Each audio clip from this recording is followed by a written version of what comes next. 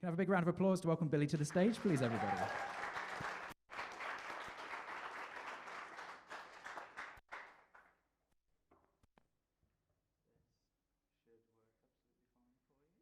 Thank you. That is yours. Thank you. So, I'm going to apologise in advance. I have ADHD, I don't stay still. I will walk across this several times and I will block things. And also, if you give me a microphone, I'll either go a bit stand-up comedy or there could be karaoke, no one knows. I don't know what I'm going to do in 2 minutes' time, so enjoy. I'll go over here though, so you can actually see for a second while I'm aware. I'm going to be talking to you all about using call centre tactics to create awesome... Oh, microphone. I turned it off. I'm doing good. I'm doing great. Yeah, so B2B, like using call centre tactics to create better B2B content. So I would just like to do this is who I am, by the way. If you do want to follow me or talk to me at all, these are how you get in touch. But yeah, that's all you need to know. So first I'd like to ask, who here has ever worked in a call centre at all? Okay, not as many people as I thought. Maybe I'm just deluded in like how many people end up in call centres. I had a very long 3-month career working in outbound sales. I was brilliant at this, as you can see, because I am still doing it. No, I'm not. I work in SEO. But one of the things I've learned recently is that every call centre is really, really similar. And how I found this out was, so my friend Jill, she's a fantastic person and was applying for a new job as a call centre coach. So I make presentations all day. All I do is make presentations about SEO. I love doing it. She's like, Billie, you don't stop talking. Will you help me with my presentation for this job interview? So I did. And she started telling me about the fundamentals of a sales call. And to start off with, it was really, really dry. And then I started to think about it, and a lot of what she was saying were things that I considered already when I was creating content for B2B clients or SaaS clients. So I kind of used that to formulate this presentation to show you it's really helpful. So I'm not going to take credit for this because this is all Jill that inspired this, so don't thank me if you use this and it works, because it does work. But yeah, the thing that I learned about call centres is the one that I worked for and the several that she had worked for and is now coaching for. They all have the same formula and fundamentals of a sales call. And obviously it must work, or else they wouldn't all be doing the same thing. So I did a bit of research into sales. 1 in 18 cold calls convert into a sale on average. So that's actually pretty good. I thought call centres were pretty dead, I'll be honest. And the average cold caller will make up to 100 calls a day and have 35 conversations from that. That could just be someone answering and hanging up. That counts as a conversation, apparently. But that's pretty damn scary, talking to 100 people a day. When I worked in a call centre, I did not do that, and that's why I got fired. Also, a recent study showed that 69% of all decision makers had accepted a call from a cold caller in the last year. And that's like not me just making up numbers. I can send you the research. So it genuinely works, and that's why companies are still hiring so many cold callers every day, basically. So I started to look into the fundamentals of a sales call. I skipped some bits out because some bits just weren't relevant. Like, literally every blog post I read about the fundamentals of a cold call were like, hang up the phone. That's not relevant to us. But these are the main steps that came in every single thing that I researched, and they were all called pretty much the same thing. So there's the call prep and research, opening the call / gatekeeper, questions and probing, summary, presentation, and objection handling. These are in every single call that a cold caller makes from whatever business it is. So let's break this down a little bit more. Call prep and research. If you work in content, SEO, or anything like that, you better be doing your research anyway before writing, but it's the exact same. They want to know what the market is like, what the competitors are doing, what are the upselling points of their product, and how it applies to that business. They also need to research the businesses they're wanting to sell to. And that's essentially it. It's really straightforward. And then they will open the call. So we need to know who they're speaking to. Well, they need to know who they're speaking to. They want to know if they're the decision maker. What does that decision maker do? Do they work in the accounts team? Are they the CEO? Who are they? What they're doing? And, I've just said that. I'll skip to the next slide. And then they will move on to questions and probing. And this is where it gets really interesting. So they will ask, what are the pain points the business is having at the moment? They won't say that. They'll be like, oh, what is your biggest challenge? What are your competitors doing that you wish you could do? What do you wish your customers would see when you go to them, kind of thing? They want to know what the business's goals are, because they want to worm their way in. They need to understand who they're talking to. And then once they've asked all the questions that they have, they summarize it back. They'll say, okay, so from what I'm hearing, that you're a recruitment company who is currently reaching 30 candidates per day, but you're just not quite meeting the goals that you set yourself, blah, blah, blah, blah, blah. You want to increase that to 50 per day, but you're not sure how. And then they will move into the presentation once they've summarized the information they've found. This is how they tell them how they're going to solve this problem. And they will start trying to sell. And who here gets inundated by sales calls, by the way? Like, okay, not as much as I'd expected. Do you guys just not give your numbers out randomly? Like, okay. Well, we need to teach you guys less about stranger danger, because it's great for writing content, apparently. But they will go back over everything they've learned and present it, and they'll provide numbers, and they're trying to sell.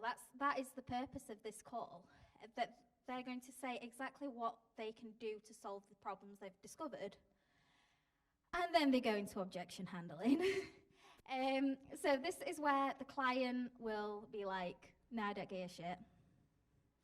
And then they'll be like, okay, but what if we did this? And they're like, no, I don't care.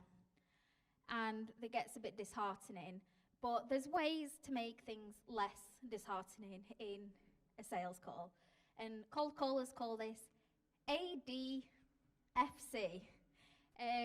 We're going to make a bit of a joke. Do you know that song where it's like A, B, C, D? Oh God, the karaoke's happening. But I was practicing it in the taxi on my way here. He thought I was a lunatic, and I kept messing it up. But it is really interesting. So this is acknowledge. So I understand what you're saying here. Let's discuss this. Let's talk about it. Let's get further into the understanding of why this is a concern to you in your business. Is this something that can be controlled, or is it out of your control? And then work to fix it. And then what you do is you check back. You ask, so if we did X, Y, and Z, is this still a major problem for yourselves? And some of the time they'll say no. Like we've just said earlier, 1 in 18 calls convert. So most of the time it's, yeah, it's still a problem, go away.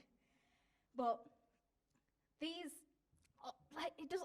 what I'm saying, it doesn't really sound like it would fit with content, but it completely does. So how do you rework this sales call conversation into content? So I'm going to go through basically the exact same slides again in a minute. But first things first, I want you all to use your imagination. So those that put their hands up and had worked in a call centre, I'm so sorry for bringing up trauma. But really cast your mind back to all the people that didn't want to talk to you and were rude to you and broke down your soul so slowly. And those who didn't, just imagine talking to the worst people all day, every day. So, we are now call centre agents, but we're going to turn what we're saying into content. So let's go back right to the start.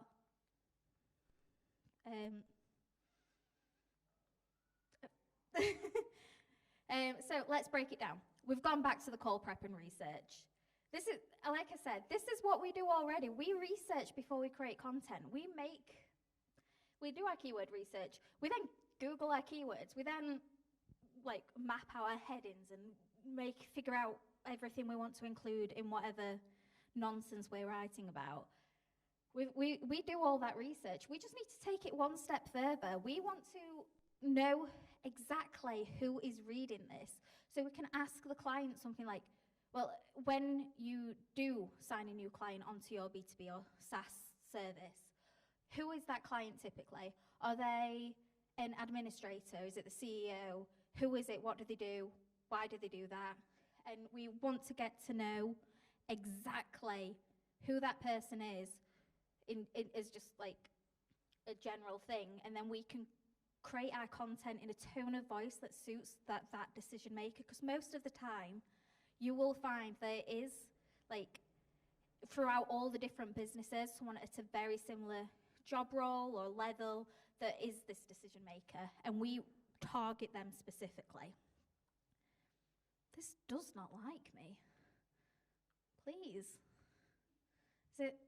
Okay. Okay, and now we open the call. So like I just said, we're going to write this specifically for this person. We're not writing it for anybody else. This is who we're selling to. We're going to sell to them. We're not going to be like, hi, Mr. CEO, please buy from us.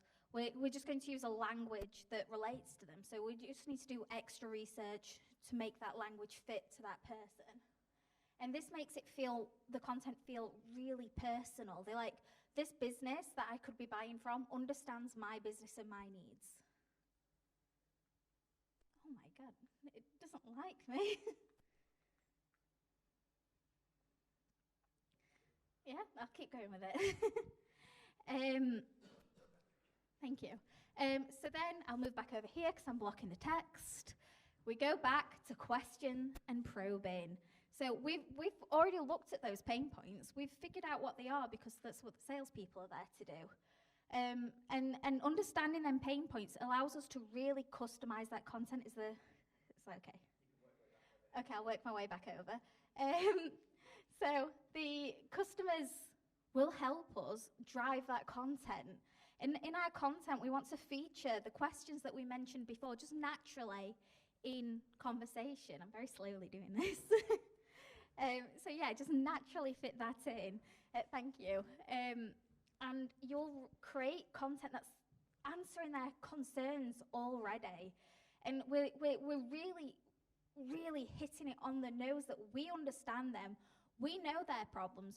We're going to solve them. We're doing great, just by doing this. And it shouldn't be far too different to what you're already doing. I know most people, when they're creating B2B content, they will do FAQs, they will do problem solving, but naturally weave it in. Show your understanding there. These are the questions I asked before. These are really, really big ones in call centres. So what are the pain points? What is preventing you from reaching your goals? And what has been working well for competitors and what has not? And also same for the current process, I misread that. These are amazing questions to answer if you can. And then you summarize your information again. So you just summarize in one paragraph your understanding of that niche. And that just proves that you are really doing the research and understanding your customer base. And then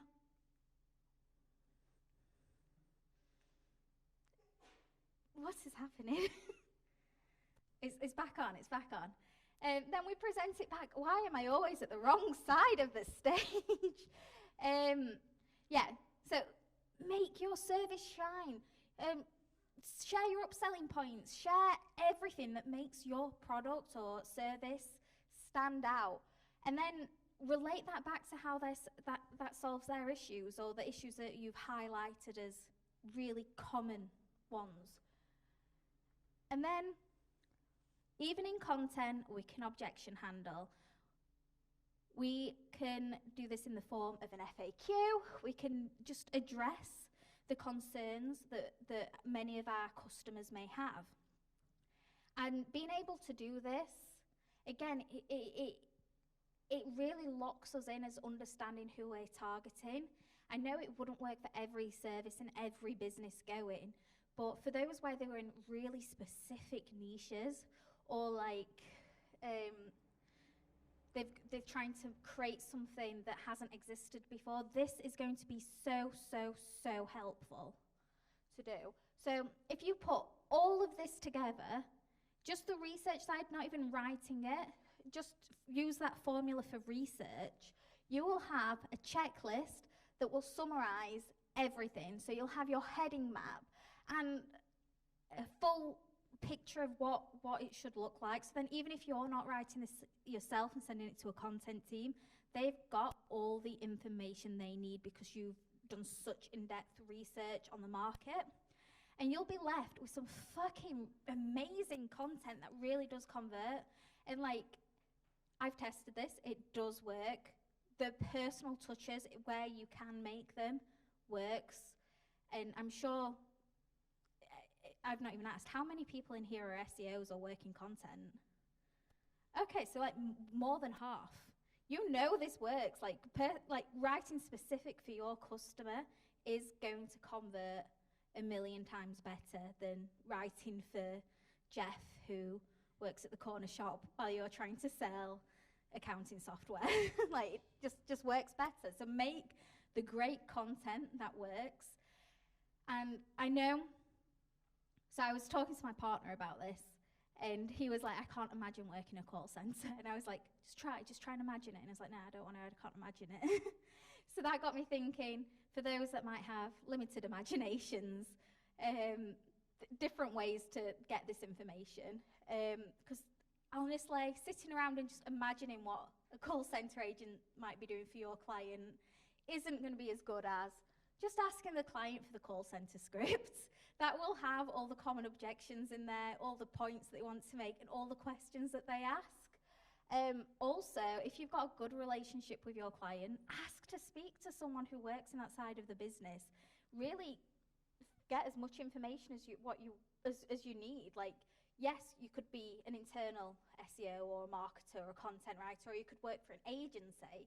But if we're not connecting with the different teams that are there, we're not going to be as effective as we need to be. So ask. It doesn't hurt. And like, what's the worst the client's going to do? Like, they're going to say no. They're not going to cancel a contract with you for saying, oh, can I speak to your call center team? Like, use their scripts if you can. Speak to them and ask them as well. Do they have an outbound sales team? If they don't have an outbound sales team, what do they have in its place? Is their only service that they're doing online? Like, where can we get information that'll help us better understand the niche we're targeting? So that's kind of it. There's going to be questions a bit later on. Please ask them if you have them. Also, if you don't want to ask a question here and don't like the idea of like shouting out something when we do that, email me. That's my direct email address. Or the best way to get hold of me is Twitter, because I will read an email and never respond. But I am constantly on Twitter. I've had to leave my phone down there just so I didn't go in it while I was up here. Yeah, thank you so much for listening to me ramble and watching me block a screen for a few minutes.